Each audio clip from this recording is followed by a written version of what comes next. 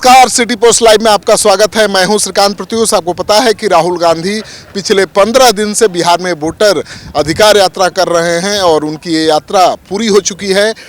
पटना में 1 सितंबर को इस गांधी मैदान में कांग्रेसियों का, महागठबंधन के घटक दलों के कार्यकर्ताओं नेताओं का जुटान होगा। देखिए, उसकी तैयारी चल रही है। पूरे गांधी मैदान में 1 दर्जन से ज़्यादा बड़े पंडाल और कैनोपी लगाए गए हैं। लग रहा है कि पूरे गांधी मैदान को भर देने की तैयारी है और जो तैयारी दिख रही है उसके हिसाब से तो लाखों कार्यकर्ता यहाँ पर आएंगे और 200 से ज़्यादा बड़े नेता देश भर से आएंगे कांग्रेस के। तो बहुत बड़ी तैयारी है। पूरे गांधी मैदान में टेंट पंडाल बनाए गए हैं और तैयारी अभी चल ही रही है। चारों तरफ लग रहा है कि गांधी मैदान राहुल गांधी का हो गया है। पूरी तरह से गांधी मैदान में हर तरफ जहाँ देखिए पंडाल लगाए गए हैं और मंच भी बनाया जा रहा है। कार्यक्रम तो भाषण देने का है नहीं, सभा करने का है नहीं, यहाँ पर जुटान होगा केवल कांग्रेसियों का और यहीं से राहुल गांधी मार्च करेंगे, अंबेडकर चौराहे तक जाएंगे, अंबेडकर की मूर्ति तक जाएंगे, पटना हाई कोर्ट के पास। तो ज़बरदस्त तैयारी है कांग्रेस पार्टी की। इतनी तैयारी तो मैंने आज तक 35 साल में कांग्रेस की देखी ही नहीं। तो कांग्रेस पार्टी के नेता राहुल गांधी देश के किसी राज्य में इतना समय नहीं दिए होंगे जितना उन्होंने बिहार को दिया है और बिहार को दे रहे हैं। तो मुझे लगता है कि बिहार पर बहुत जोर है उनका। कांग्रेस की जो खोई हुई ताकत है उसको वापस पाने की जी तोड़ कोशिश कर रहे हैं। उनकी यात्रा भी सफल रही। यात्रा में भी हजारों लोग उमड़े। प्रियंका गांधी आई तो यात्रा में और 4 चांद लग गया।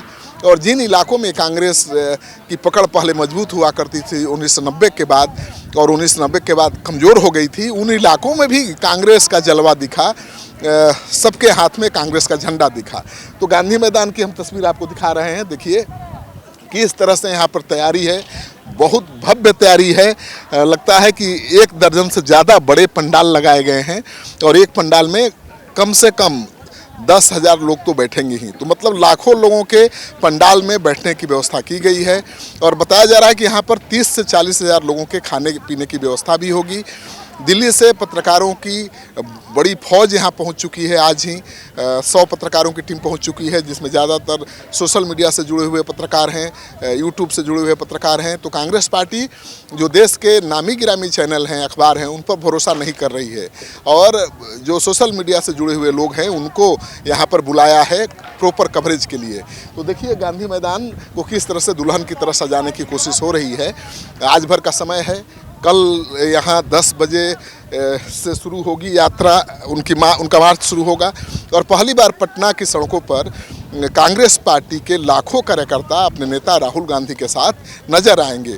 तो ये ऐतिहासिक पल है, ऐतिहासिक दिन होगा कल का दिन, क्योंकि राहुल गांधी ने देश के किसी राज्य में इतना समय नहीं दिया, इतना जोर नहीं लगाया जितना बिहार में लगा रहे हैं। तो अगर कांग्रेस इस तरह से मेहनत करेगी तो उस की जड़ें मजबूत होंगी और चुनौती किसकी बढ़ेगी, ये सबसे बड़ा सवाल है। क्योंकि कांग्रेस का जनाधार खत्म हुआ तो आरजेडी खड़ा हुआ।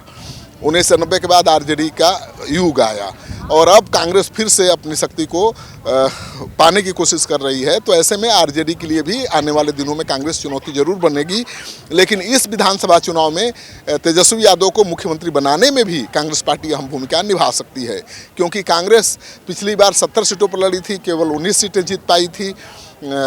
इस बार भी 70 सीटों पर लड़ने की संभावना है और जीत ज़्यादा से ज़्यादा सीटों पर होने की उम्मीद जताई जा रही है।